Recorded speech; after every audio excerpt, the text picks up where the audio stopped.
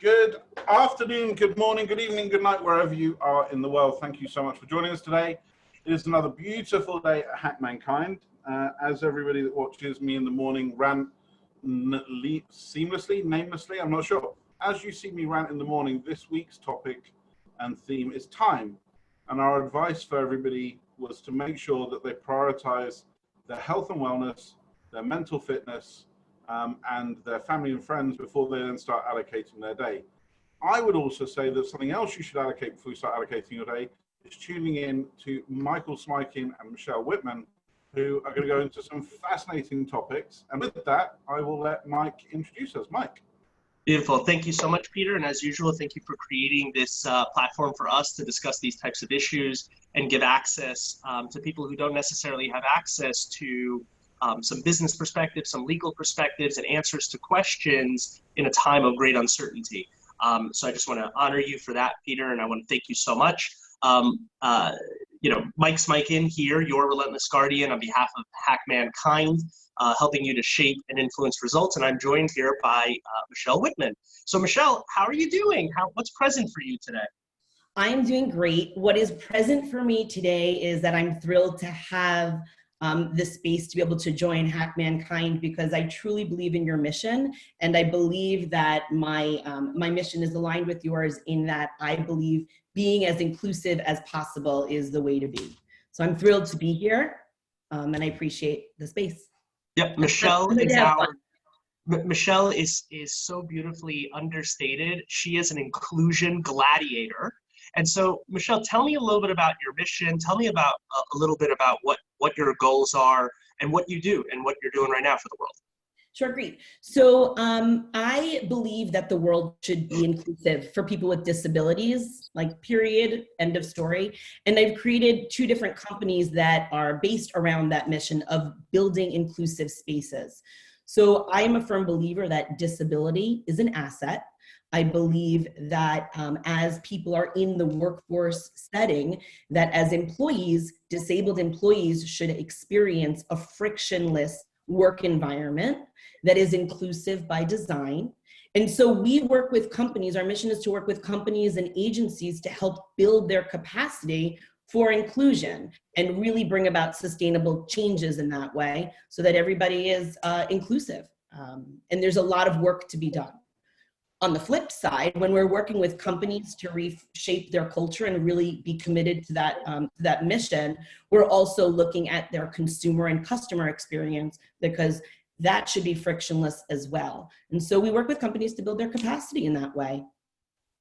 So tell me, just so we understand it and can make sure that we're reaching the most broad market as humanly possible for you to deliver your message and deliver this beautiful mission that you're doing, what is it exactly that you would do day in, day out in order to help people with disabilities to get included and to make sure that employers get the appropriate guidance that they need to be successful in dealing with probably one of the most undervalued subset of people inside of our communities.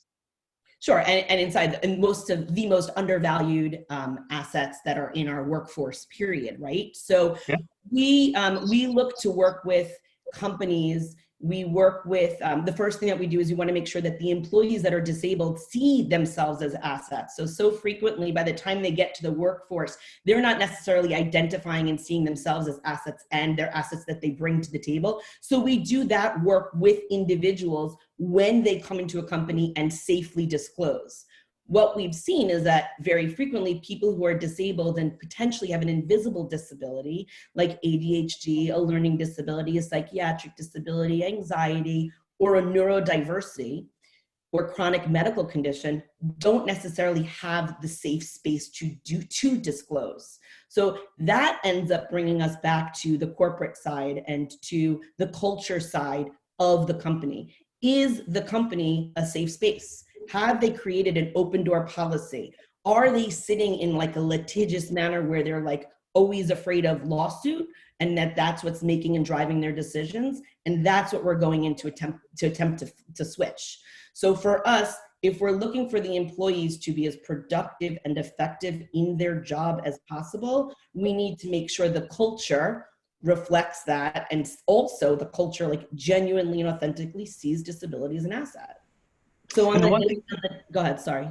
No, I was literally just going to add to that point. You know, I think you highlight something that's so critical, and like even in my own mind, you know, you automatically differentiate between the two of them, people with physical disabilities and people with mental disabilities.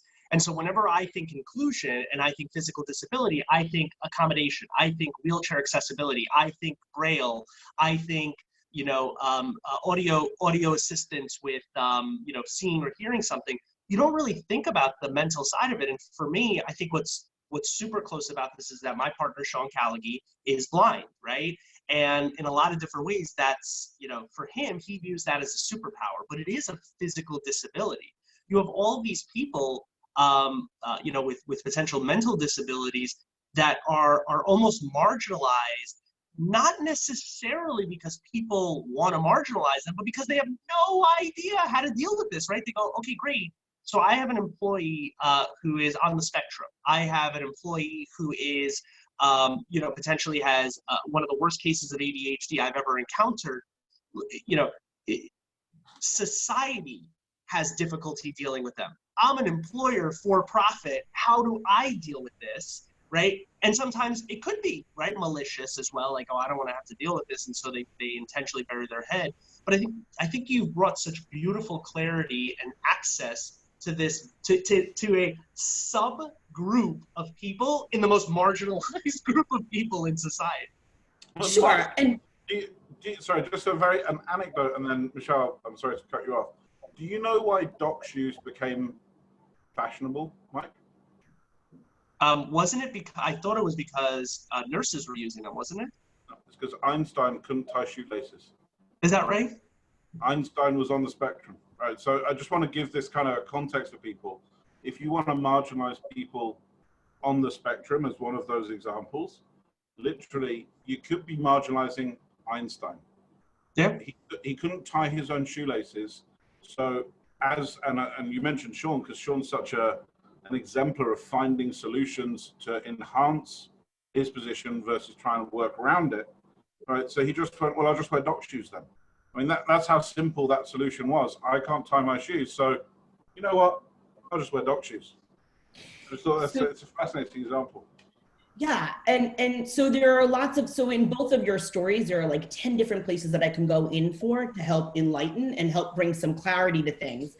The first thing is in society's response, the way that we have all been raised, the schooling, the education that we've received, and I'm going to state as myself as a non-disabled person, let's say, has always sat in the medical model. So there's always this feeling of disability as deficient, or there's something wrong. And the fact is that very frequently when someone carries a diagnosis in their own life, they're very frequently going back and forth between the medical model of disability, but also the social model of disability, where we see disability as neutral.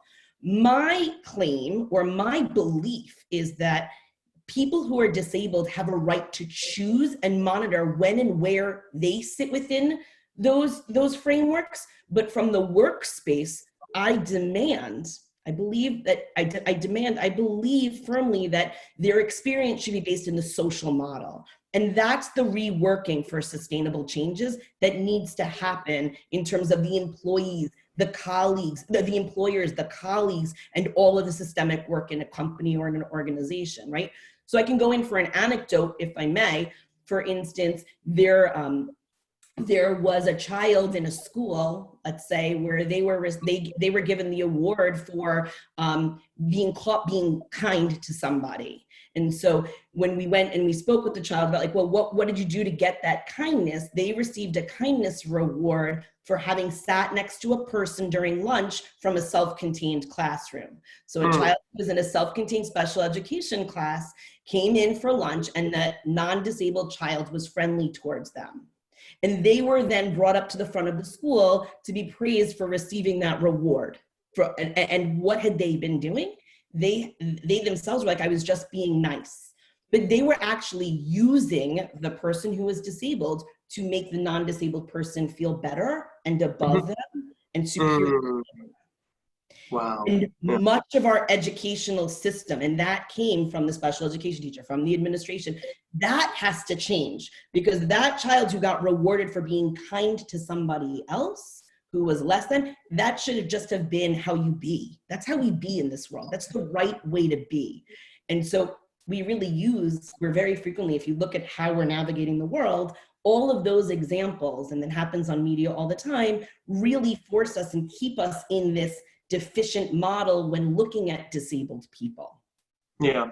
And I think one of the things, yeah, I think one of the most beautiful things about communicating with you, Michelle, is that you always take a very compassionate view, like a non-judgmental, compassionate view, because there is this reality, right, that exists, that people judge themselves by their intent and they judge others by their actions. And so it would be so easy under these circumstances to take a non-compassionate view, which is, oh, this person engaged in some degree of like maliciousness to put those people down. And the reality is, employers, human beings themselves, right? Like if we default to truth, if we default to honesty, we default to a pure intent, they go, whoa, I never would have thought about it that way. That wasn't my intent. I thought it was a beautiful message and a message of elevation. I never saw it that way. And as an attorney, most of the time, the employers that we deal with and the challenges that they have, sometimes they're pretty sociopathic, right? But most of the time, they don't even realize that they're engaging in conduct that's not subjectively offensive. Like on all objective measures, this is harassing, it's discriminatory, it's exclusionary, it's all of these things. And it comes from a place of like not darkness. It comes from a place of like, wow, I just didn't know. And so can I ask you this question? Like, what is it, right? If someone were to tune in right now at this moment, right, and they go, who's this Michelle?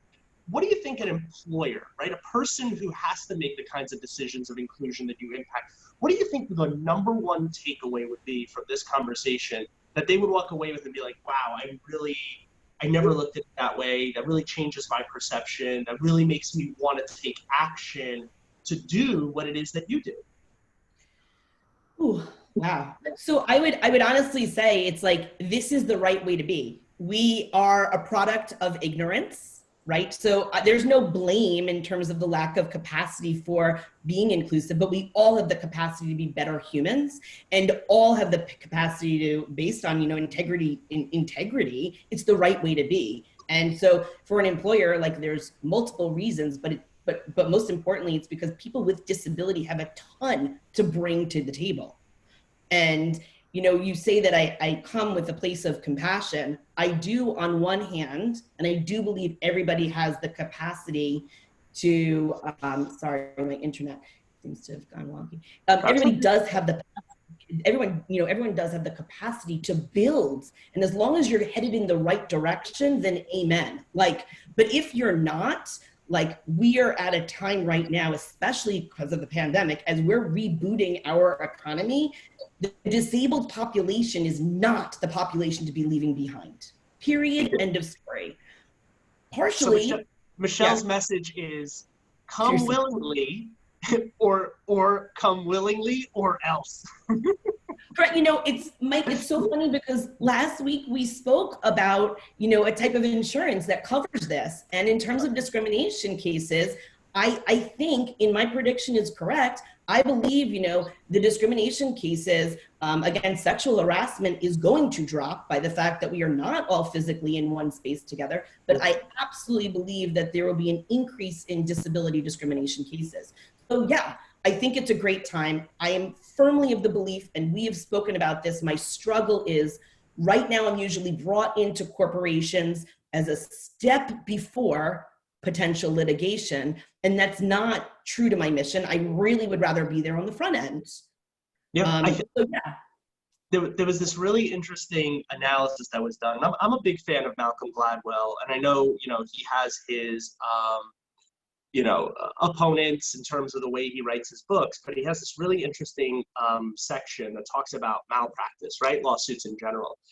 And they were able to, I think it was the book was Blink, and they were able to analyze, I think it was like a 30-minute segment of medical doctors talking to their patients. And just from that 30-minute segment, they were able to determine which doctors were more likely to be sued for malpractice.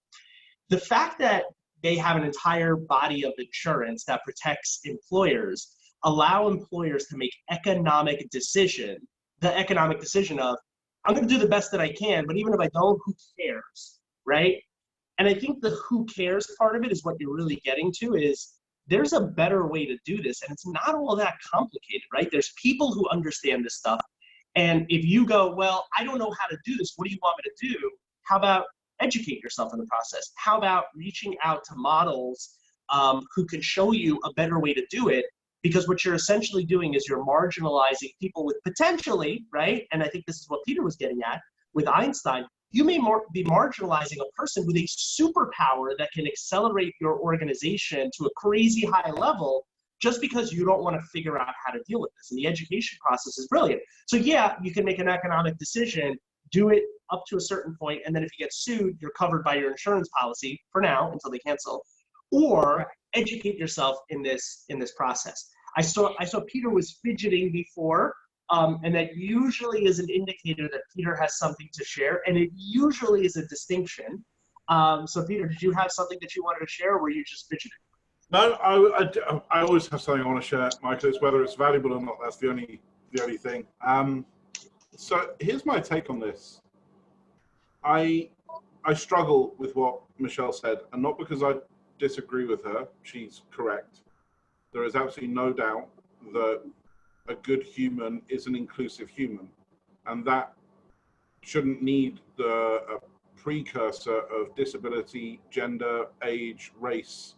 It doesn't matter. It's what can this person bring to the table, and if that person can bring value to the table, it doesn't matter what sexual organs they have, what skin color they are, whether they're 70 or 17, whether they're blind, partially sighted, etc. But the thing I struggle with in this is I think that people in Michelle's space, and I'm putting this as a challenge, Michelle, not because I mean it one, because I think it will help frame the answer, stay too much in the lane of this is the right thing to do.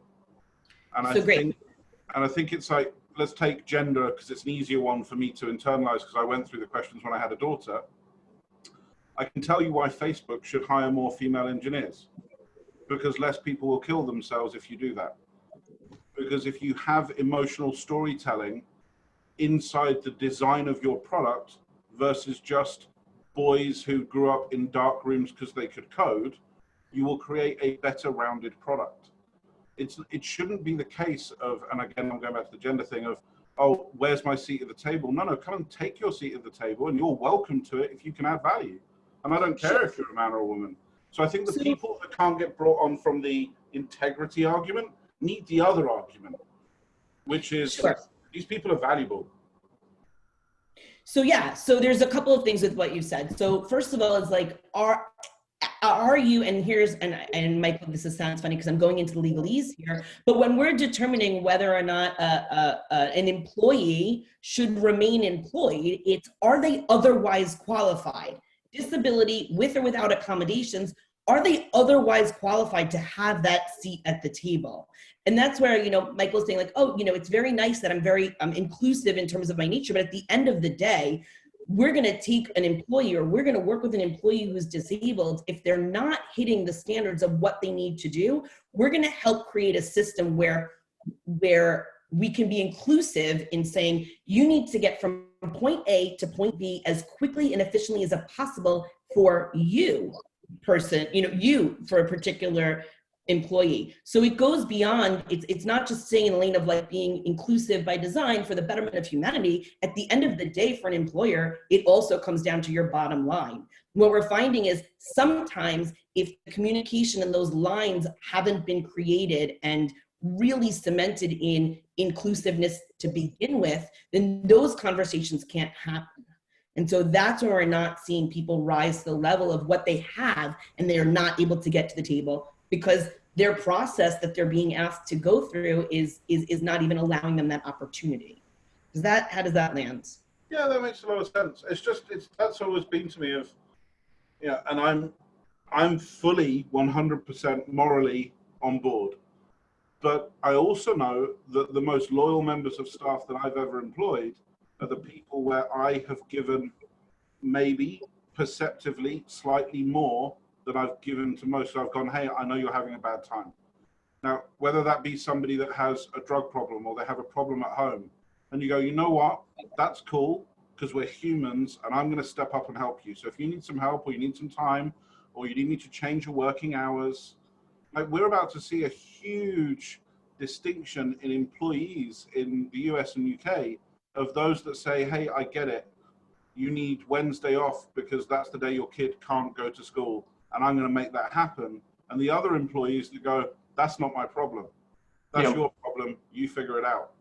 And Peter, I think you so beautifully butted up against something that I think that I feel is now becoming a momentum-driven process, thinking, whatever it is. And for me, and maybe it was said before this, but in March, Mark Cuban, right, Shark Tank, all those, owner of Mavericks, right? That was Mavericks, I think, said something that to this day has been banging around inside of my head. And what he said was, the way the employers treat their employees during this pandemic is going to define their brand for the next 10 years, right? And I literally have chills just thinking about that because, it's not just how the employers treat their employees during the pandemic. I really hope and I pray that this is the case. I believe something that you said, Peter, and now I sound like a fanboy because I tell everybody this, but you said something to me in March also. So you and Mark Cuban, like right here in terms of insight, business acumen, was that COVID-19 didn't create new trends, it accelerated existing trends. And so what I feel is that these 2 months plus that we're sitting at home has accelerated a trend that has moved us towards a completely different way of life, a revolution in thought process, a revolution in the way we treat our bodies, in the way we treat the environment, in the way we respect each other and their spaces and things of that nature. And I think that you're 100% right, that we are headed towards a revolution that right now, the employers have a tremendous amount of leverage. People are scared out of their mind that they will lose their jobs, right? People are scared out of their minds that they will lose their jobs and what that'll mean entering into the economy, post-forced depression, whatever you want to call it. But there comes a point in time where that's it's going to shift to the other direction, and the employee is going to come back into a position of power. And what do you think the employees are going to be thinking after this period of employer power, after this period where employers could have made changes that would have defined their brand and their relationship with their employees, right? Abled and disabled, right? But I feel like that is coming. And so employers are smart to get ahead of that. Mike, it's definitely, and I don't think I'm breaking any confidences here, but we had this conversation last night. So I'll ask you, for everybody that watches this, Mike, how many people have Carnegie Law furloughed? Zero. Guess who I want to deal with in a year's time? Yeah, you're 100% right. I want to deal with the person that goes, you know what? The right business decision would have been to furlough 20% of those people in that department, 10% in that department, and 5% in that department. But you know what? I'm not going to do that because I don't need to do that, and I can step up. And there was a shocking statistic on in the paper the other day. The top UK 100 billionaires, over 95% of them have furloughed over 50% of their staff while sitting $1 billion in their pocket. I'm sorry, I don't want to deal with you anymore. Go out of my sphere and let me deal with people like Sean Carnegie and Carnegie Law and hundreds of others who have gone, okay, my cash balance coming out of this is not going to be pretty, but that's not the most important factor. And this is why we come back to inclusion. People are the most important factor. End of, full stop, no debate. And it comes down to, and that goes full circle in that we see who are your assets as a CEO? Who, when you're at the top of who are your assets? And Mike is going to say, Mike's assets are those employees. Mike's assets are his consumers. And in the most basic sense of my world, if you can be inclusive in the way in which you deal with or work with your employees so that it's frictionless for them, with high standards, by the way, nobody should be modifying what you expect the outcome of your employees to be. It might look a different way to get from point A to point B, and that's what we're talking about. And at the same time, it's an opportunity. Over 50% of our population either has a disability or is directly connected to somebody who's disabled. And that's the consumer space, right? So I sit in this space, I have a disabled father. And when I'm looking for things, I'm watching how the interactions are. And when we're walking into a real estate attorney's office, and they treat him in a way and ask and check in about his accessibility, not because they pity him, but because they treat him with respect and dignity, and they know the questions to ask, that's a win for me. And that's why I'm going to select them as our real estate attorney moving forward.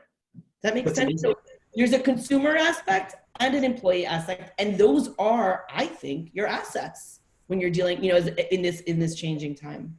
Yeah. And, I will also bring attention to something that me and Peter spoke about yesterday as well. And that is workplace guidance, right? And how employers are treating their employees when they get home. So I don't think I'm revealing any confidences when I say I had a conversation with my partner and he goes, how's everybody doing? Where's everybody's headspace? How are they feeling working from home? And I go, everybody's doing really well. We miss each other. We want to connect with each other. But we're probably the most productive that we've ever been working from home.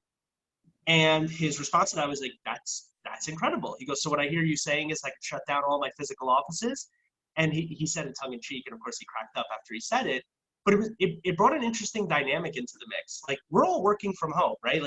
My backdrop is my study, my office in my house. I'm fortunate enough to have an ergonomic and comfortable chair. I'm fortunate enough to understand where my hands need to be so that I'm not causing carpal tunnel if I'm sitting all day. I have really good lighting, as you guys can probably tell, but not everybody is as fortunate as I am, right? You have people who are staring at a screen super closely, that are potentially inviting compound injuries like carpal tunnel and things of that nature from working all day without the proper rest. Their eyes may start getting fatigued, their brain may be getting fatigued, they may have cobwebs in the head. And a lot of organizations are now looking at what workplace guidance do I give to my employees working from home, which brings up a super interesting dynamic. And that is, how in the world, Michelle, are employers accommodating for the disabled when they have to work from home? Before I get into that, there's a lot of people who have accommodations that are available at their workplace, right? Sound, boosting technologies, visual boosting technologies, access to Braille, printers that are organized in a way that they're used to. And here they are working from home, and they're essentially sidelined. Depending on the disability that they have, they're potentially sidelined. So how do employers accelerate, right? Because we don't want to talk about it in the negative. How do employers accelerate access and accommodations to the disabled? How do they begin that process? What would be your advice to them? Sure. So my advice to them is to start. So first of all great points. I'm going to footnote and just say, if I may do so, is say that all of the spaces that you're identifying are people who are probably physically or visibly impaired. And the catch, what I'm saying is, I'm thinking you're also having to deal with people who are invisibly disabled and who are going to be carrying new diagnoses now. So when you think about accommodations in the home space, for very, very frequently what we're seeing for some people, if they are in need of a particular printer or screen readers, many of those people have that in their homes already. And so now the accommodations are who's paying for the printing materials, or is that printer in the right location, or things like that. But very frequently in their personal, if they were using the products in their personal life, the assistive technology and the assistive devices, chances are they had that in the workspace. So for instance, if you're a wheelchair user, and you were relying on the ramps in the space in the workplace, you probably have a physically accessible situation at home. How does that land for you? Is that okay?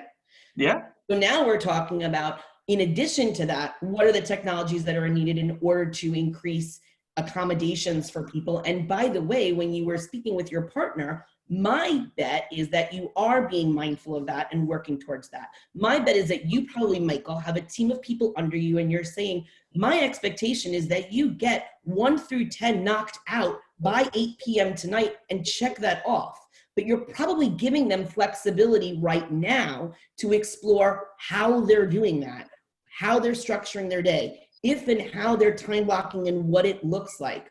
For many of your people, they've got that skill internally already in their system, and they're able to do that with efficiency and effectiveness. There are, I'm telling you, people with invisible disabilities on your team, or people who are going to be potentially experiencing anxiety or procrastination or task avoidance or ADHD-like tendencies now for the first time ever. And so that's where we can come in and start to talk with employees and say, okay, Michael Smikun is expecting for me to get to point A to point B as quickly as possible. And our phrase and our question that I would push back to employers is to stop and ask your employees, friend, what can I do to help you be successful?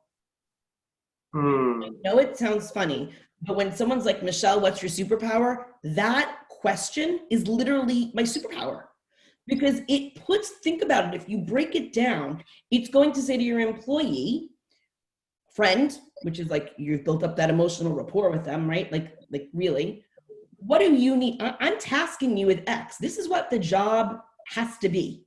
I'm not modifying the job, but I am asking, what do you need in order to knock this out? In order for you to be successful? And it puts it back on the person, disabled or not, whether they've disclosed or not. It gives them, it empowers them to tell you very specifically what their needs are to get that done. So if they're like, I need a different location. So just like a hack. What we're telling people to do very frequently, if we're working with someone who has like ADHD, who's an employee, we're saying to them, put all of your items in one location for your job that's required for the day, and identify 3 different spots that you can sit in with your laptop. One would be a standing position, one would be on your couch laying, and one would be sitting at a desk. So that you have the flexibility within every single time block for you to decide, what's the best space for me to get this particular task done?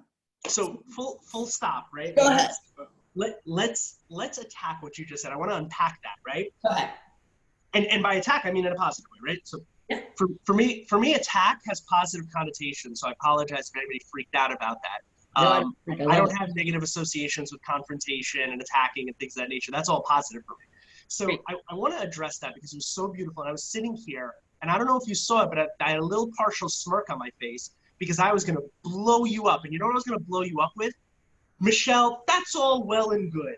But why don't we try giving some practical advice to the employers? Because everybody says what they should do, but nobody tells them how to do it. And then you wipe that smirk right off my face because you actually gave practical advice. You might be the first person who I've ever heard talk about inclusion and give practical advice to begin doing it immediately. And so I'm not even joking. Like that has been my expectation and my experience. And you just literally like wiped that off my face. So I want to say thank you pleasantly for putting me in my place.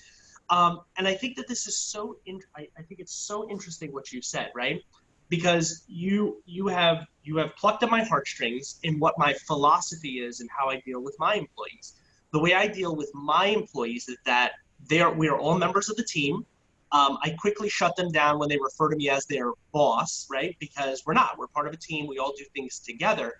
And the way I view my role to the organization is I serve them, right? They do not serve me. I hold them accountable, right? But I serve them to help them be successful in the things that they're doing, because when they're successful, I'm successful. And so if we're talking about hierarchy, you know, all of the people who've invented the management structure would probably hate me forever, but I view Sean Callaghy in service of me. And I view all of my employees in service of them. And that's exactly Sean's mentality. It is an upside down pyramid where Sean serves all of us and I serve my team. That question that you just asked, let's say that again and let's hammer that thing home. How can I better make you successful? What can I do to serve so you ready? Here is the phrase. It's friend. Yeah. What can I do to help you be successful? Yeah. So the onus sits back on the individual. Yeah. And then out of that, by just so that you know, if you're open to that, that's very different than being like, you have dyslexia, and so here are the list of potential accommodations we could provide for you, right? That's what we're used to. You're neurodiverse, autistic, right? These are the potential accommodations we could provide for you. That totally removes that, because at the end of the day, it's not litigious, it's inclusive by nature. I just want them to get from A to B as efficiently and effectively as they can. And so part of that though, and here's the caveat, in order for that to stick is the commitment to change, really truly change the way in which your company views disability. So that, here's the shift, Mike, okay? And I'm making no assumptions, but if we have a population of students who are graduating from higher ed, top of their classes, who have no problem going into their office spaces very confidently, as they could or should be, and say, hey, Mike, I'm your new office administrator. I have rapid cycling bipolar disorder. What are you gonna do about it? Hey, Michelle. So you are pressing every one of my buttons in a way that nobody has yet on this show. And I'll tell you why. I agree with everything that you just said, but I think you've made a number of assumptions that I think are very dangerous assumptions. If you have dangerous assumptions, you have amazing communication skills, right? I bet you that if you were to rate your superpowers, your ability to communicate and influence would be in your top 5, because that is a superpower that you absolutely have. The dangerous assumption that you have, ready, is that everybody has your ability to communicate and break through the way that you can. And what's interesting, and what's really interesting, is that I'm gonna venture to guess that if you took 80%, and Peter's gonna be like, yeah, it's probably closer to 99, but if you took 80% of the people who are making decisions about inclusion and how to deal with their employees, they have nowhere near the level of sophistication that you have in terms of communicating and breaking through to their people. Full stop, point number 1. Point number two. You're making me wait, and that's hard.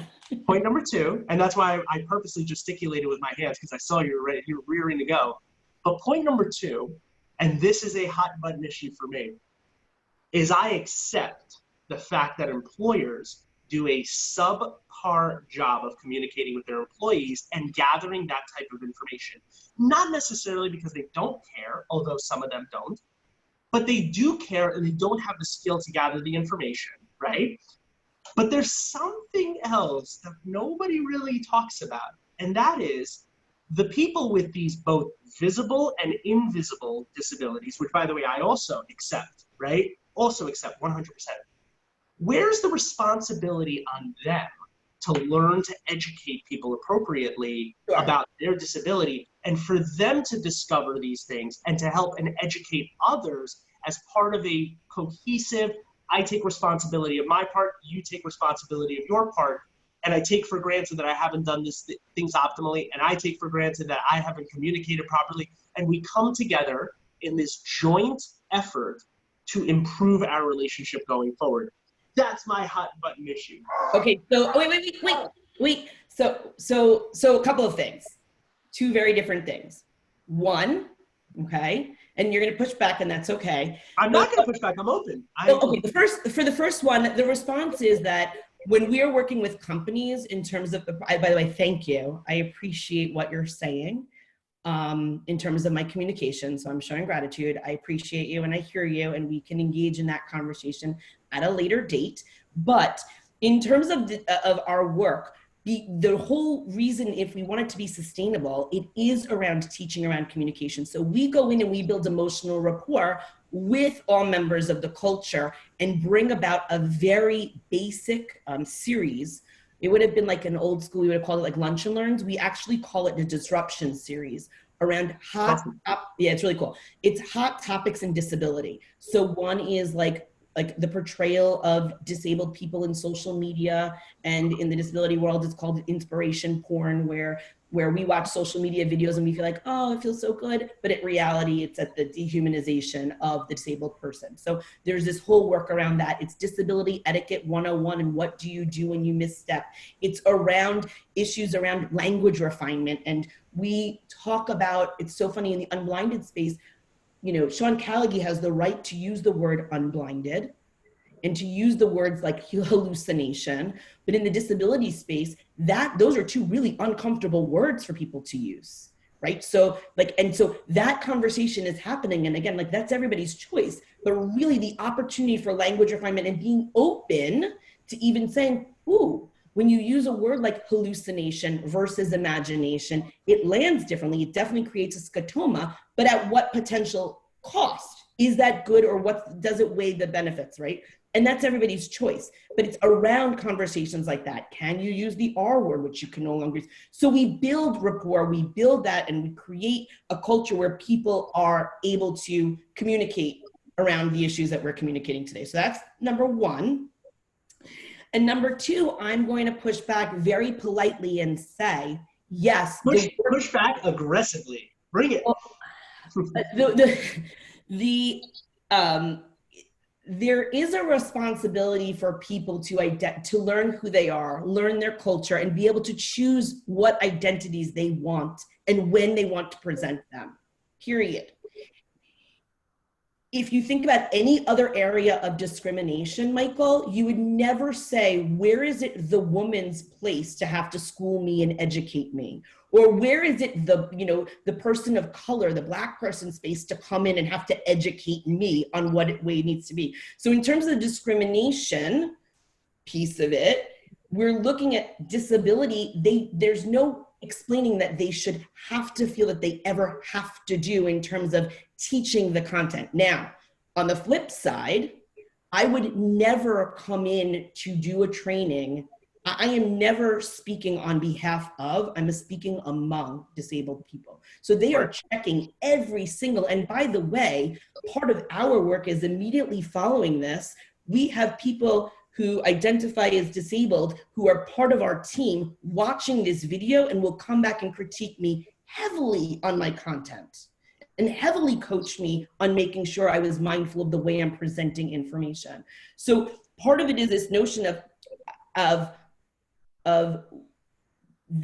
people have to be able to be prepared and advocate for what their needs are. People have to be able to answer the question, what can I do to help you be successful? They need to be able to say, well, actually, when you're presenting information for me, when you're presenting it auditorily, I miss it. Do you mind sending me a visual slide so I can follow along? But they don't have to disclose, well, actually, I have dyslexia, and as a result, you're blah, blah, blah, blah, blah, or whatever it may be. They don't have to teach you about their disability. Does that make sense? Yeah, and I want to. Yeah, Peter's been waving his hand. It's so much fun. And I'm the only one with a mute button, and I didn't use it. Right. So the first thing is I would say, and I've got my 1, 2, 3, and I will use the mute. I don't even need to use my hands. I can just use the mute. One, it's so easy to get this wrong because Sarah Foley is our advocate for people with disability on Hackney and Kind because it's something I deliberately sought out. And I empowered her on day one to say, you need to correct me when I get this wrong. Because as much as I am not ignorant, as much as I am my intent is correct, I will always be a 40x-year-old white guy. I can't help that. So that lens is going to get applied. Of course. And I stopped counting for both of you at 50 times you referred to the disabled instead of referring to people with a disability, right? And I'm talking to two people that I regard as huge integrity, huge hearts, care about this subject, and even you, with the love and respect, got it wrong. 100%, yes. Because Sarah said to me, no, it's that you identify them as a person first, and then they have something. Now, Sarah might disagree, but that's from, Michelle might disagree, but that's Sarah from my side. Number one. Number two, Mike, you said the organizational structure, people might stone you for this. Japan in the early 1900s started writing their organization structures upside down because they realized that a ship can lose its captain and its officers, and it will continue to carry out its instructions ad infinitum. The only time you need leadership is when you need to change the mission of the ship. So they actually turned their organizational structures around to inform this, how do I serve you? The last thing is I'd strongly recommend you read a book called Rebel Ideas by Matthew Said. And it's about how you surface different ideas, different dynamics in groups. And there was a chapter that I've literally just finished reading where they asked Amazon, what is the #1 invention within Amazon that led you to be successful? And they said, it's the way we structure our meetings. Every single meeting in Amazon starts with a silent period of 20 to 30 minutes, whilst everyone has to review a memo that has to be written in a narrative format so that everybody can digest the idea, and then they are asked for feedback with the least hierarchical person first. The manager must speak last. Now, the reason I wanted to say this is because it's a whole paragraph about how dominance structures conversations, and strong dominant leaders, people will defer to them and it's a scary stat. It's like you ask a dominant leader out of a meeting what percentage he thought he spoke, and he'll say, oh, about 15%. And apparently it's closer to 85%, right? So if you take that, when you asked about where is it their responsibility, where is it my responsibility, I would say that people with disability have unfortunately been put into a position where you are the dominant person. So I would say, actually, it is your responsibility to create the forum by which they can express it, not to overreach. And I think that's what Michelle's question was for me, is how can I help you be successful?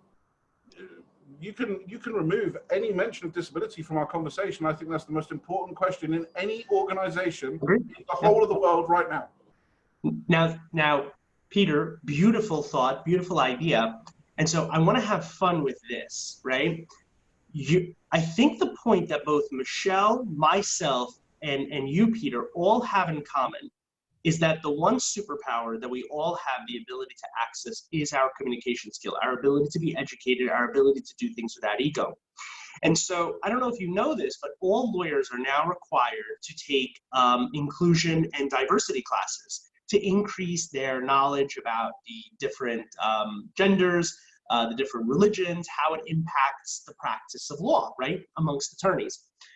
And I found something really interesting, and I shared this with Chinwei when we were doing our panel together, that according to certain studies, when women are processing information, right, whether they're female attorneys or non-female attorneys, when they process information, and you're doing it right now, Michelle, which I love, is they nod their head, right? They are more likely to nod their head, right? You saw it also, right, Peter? They're more likely to nod their head than a male is while processing information. It's just biologically, it's just something that happens, whether it's cultural, societal, or biological. Women are more likely to do it. As a litigator, what that makes a woman appear, the perception of it, is that they're more agreeable, right? And as a litigator, you don't want to appear more agreeable, maybe, right? Sometimes you do, sometimes you don't.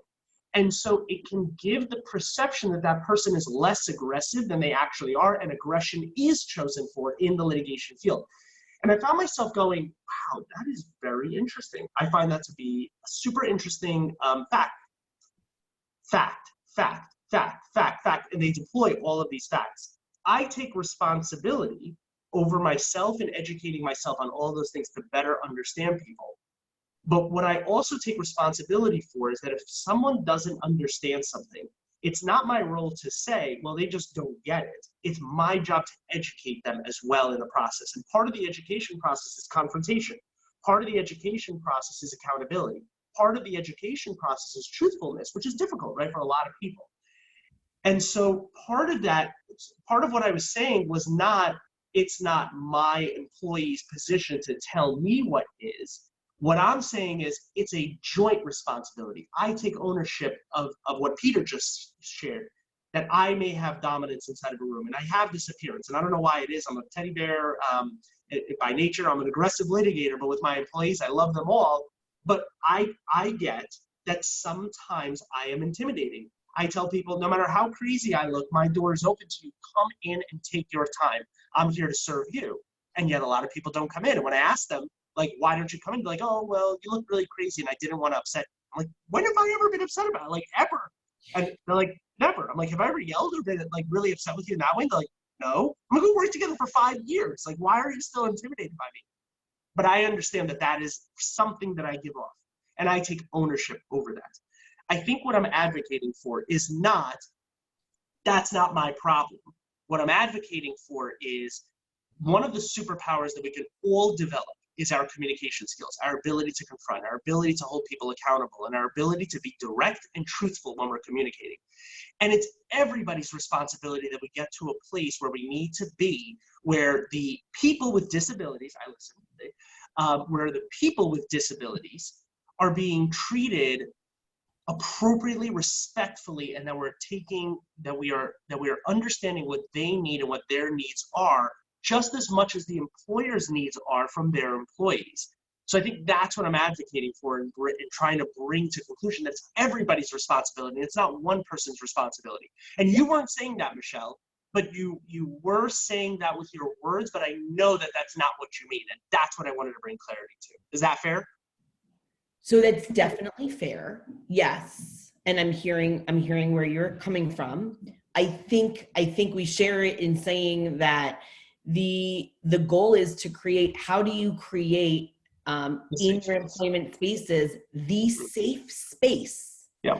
And that is the workload really is, if you look at it, like it really sits on our society at this point, really to change the way in which we view disability in order to truly have a safe space for someone to come into your office and say, hey, I have rapid cycling bipolar disorder and my meds have been, or whatever it may be, and for you to be able to, not you, but the company to genuinely be able to like, great, what can we do to help you be successful? Instead of what most of us have as an internal reaction when we hear psychiatric disabilities named multiple times. And in terms of the disability, for people with disability or disabled people, it's really fascinating. There's been an upsurgence in the disability advocate community where they're now tossing around the word of like, don't pretend I'm not there, I'm disabled, say the word.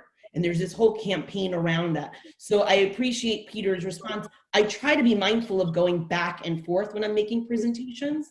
But usually it depends on who the audience is, and usually I'm very mindful, but I kind of go back and forth between, there's a whole disability advocacy population, probably younger in age, that are out there being like, we're disabled, say the word, so call us disabled.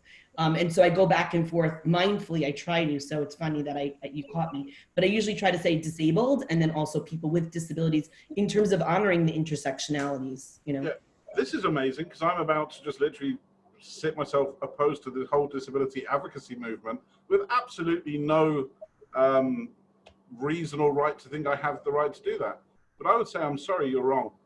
Because if you want to identify me as a fat guy first, not an exceptionally talented business strategist that happens to be overweight, then you are putting it in the wrong order. If you want to talk about true disability right now, being a parent is a true disability in COVID-19. Because trying to juggle between my 3-year-old, my 5-year-old, my job and everything else is a disability. It is a disability. Would I swap it? Absolutely not, because it is what defines me and I love it and I love them. I just think the reason I was saying that is hopefully in my lifetime, we will live in a world where we do not have to fight for women's rights, for disabled rights, for race rights, for age rights, because we finally decide to celebrate the 99.8% of our DNA that is the same versus discriminate based on the 0.02% that is different.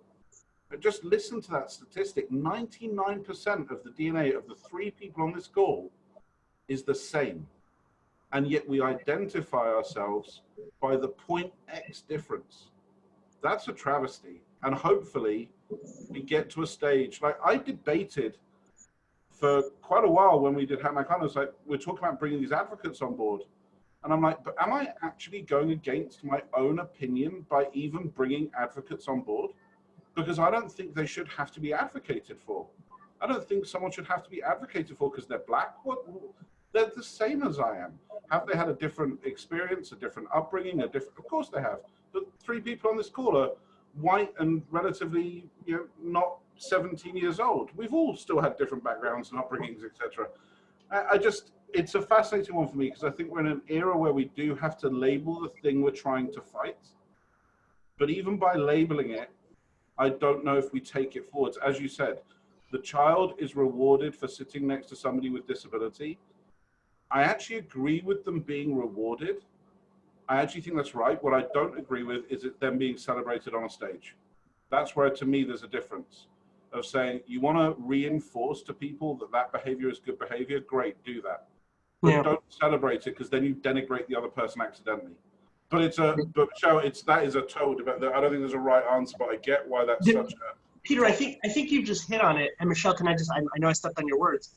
I think this is the probably Michelle, of all of the panelists that we've had so far, the co-panelists, probably has one of the most challenging jobs of all, because you are like on the precipice, that like leaning movement of revolution where you have to it's not like you're changing people's actions only. You're changing actions, their minds, years of cultural, societal programming. Like, you have one of the most challenging jobs of all. And Peter, I will say this, you need advocates like Michelle, because Michelle is tip of the spear, right? Not everybody can communicate as well as she can. Not everybody can create movements as well as she can.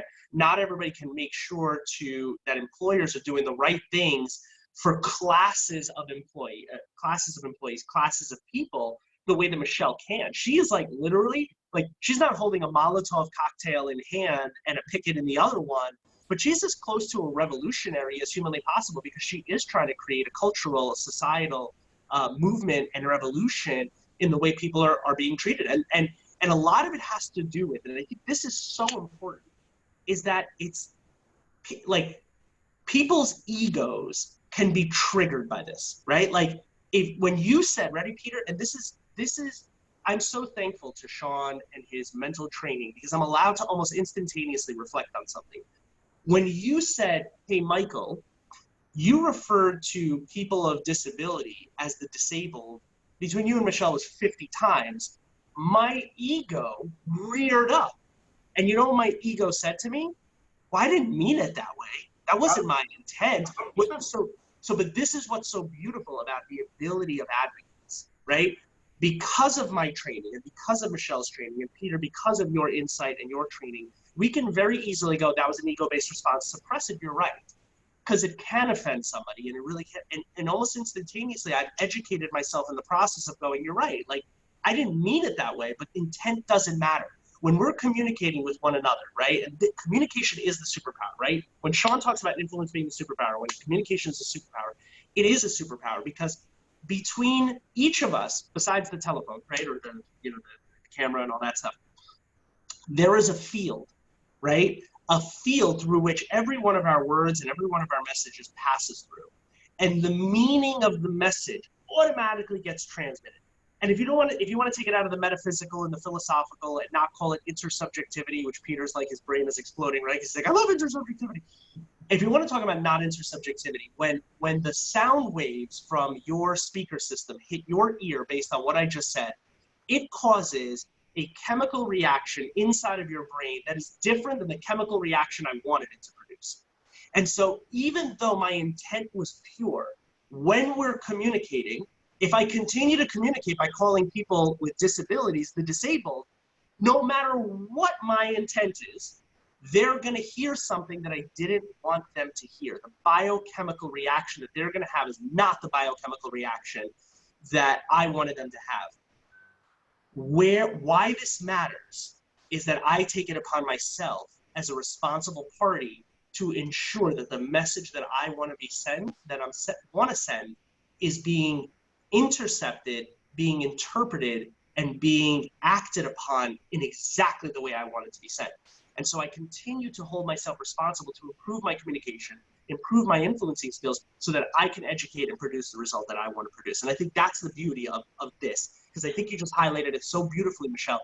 And it's one of the greatest challenges that I think you have, because you're going to come into a room and you're going to educate people that need to be educated on this issue. And thankfully you have the communication skills to do this, because you're going to have to change minds, hearts, and action. Just my opinion. Oh yeah. Sadly, we have another call that's going to kick off in literally 30 seconds, and I would keep this call running for as long as I can. But if we do that, when they start the call, this call will automatically get ended. So my final thoughts are, Mike, you need to talk to Michelle. We need to carry this conversation on. Yeah. Because there's so much here across so many different areas that I just find it absolutely fantastic. My final thoughts are, Mike, it's worse than what you said, because not only is it not just the biochemical reaction that you weren't trying to, their amygdala got in the way, and it wasn't even the biochemical reaction that they would want to have. Correct. That's number one. Number two, I love you both so much. Number three, if you've watched this, please sign up to www.hackmankind.com. Blue box, email address, sign up and get more access to great, amazing people like Michelle and Mike.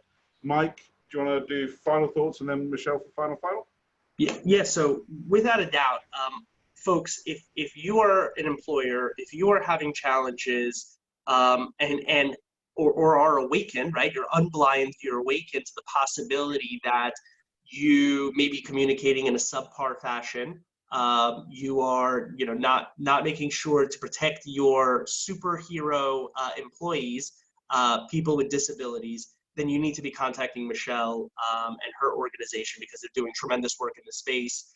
And you may be well-meaning and you may have a beautiful intent, but the truth of it is that whatever your message is, whether it's by word, action, or a lack of action, or a lack of words, you may be having a profound impact on people, and you need to be mindful of that, and you need to help yourself in the education process, because you are responsible for what's happening here. You're not the only one who's responsible, but you are one of the responsible people. And so people need to be getting in touch with Michelle to make sure that she is getting this message out, because it is a beautiful message. Michelle, I want to give you the final words here.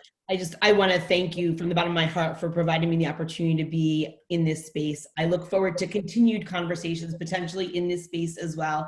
And Hack Mankind is doing beautiful things, and we share the same mission of really, it says it clear when it says, if not us, then who? If not now, when? And that was a phrase from Hillel that I grew up with. It was one of the first phrases I learned to live by. So I'm grateful to be here, and I appreciate everything you guys are doing. Beautiful. Thank you, Michelle, and thank you, Peter. Michael Smikun, Hack Mankind, your relentless guardian, helping to shape and influence results, and we will have Michelle back.